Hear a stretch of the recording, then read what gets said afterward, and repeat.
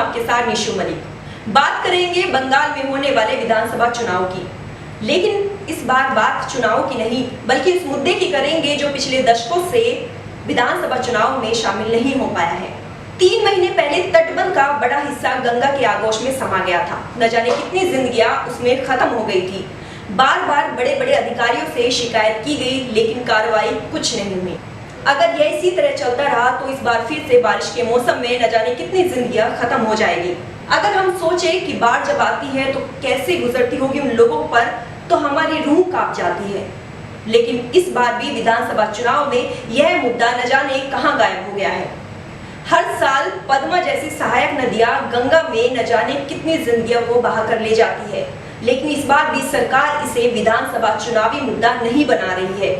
दरअसल मालदा जिले के 80 बरस के जमीर अहमद नदी के आतंक के जीते जागते सबूत है। गंगा नदी की ओर से हर साल बरसात के सीजन में बड़े बड़े पैमानों पर होने वाले भूमि कटाव के चलते हर बार उनका ठिकाना बदल जाता है। यह नदी हर साल मालदा और पड़ोसी मुर्शिदाबाद जिले में हजारों एकड़ फसलें ली जाती है। साथ ही गांव का कुछ हिस्सा भी इसके पेट में चला जाता है। लिहाजा हर साल कुछ लोग बेघर हो जाते हैं। यह लोग किसी दूसरे तट पर नए सिरे से बसते हैं और गृहस्थी ठीक होने से पहले ही वह अगले साल फिर उजड़ने पर मजबूर हो जाते हैं। बता दें, मालदा और मुर्शिदाबाद में अहमद की तरह ऐसे हजारों लोग हैं जिनका सब कुछ गंगा ने छीन लिया है। इन दोनों जिलों में भूमि कटाव की समस्या इतनी भयावह है कि इसे राष्ट्रीय समस्या घोषित करने की मांग में आंदोलन होते रहते हैं, लेकिन राज्य सरकारें पैसों की कमी का रोना रोते हुए सारा दोष केंद्र के मत्थे मढ़कर अपनी जिम्मेदारियों से छुटकारा पा लेती है।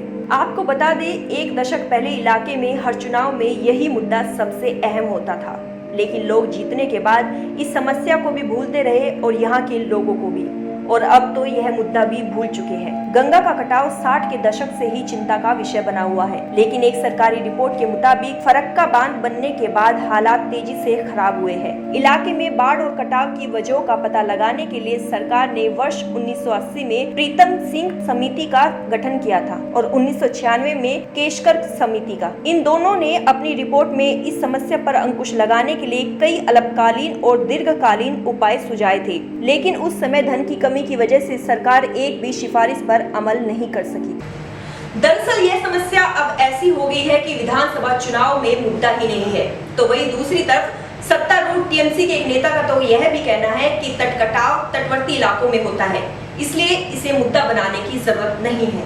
तब देखना यह होगा कि तटवर्ती इलाकों पर रहने वाले लोग क्या इसे अपनी समस्या समझकर भूल जाएंगे या फिर इसी आधार पर वोट करेंगे।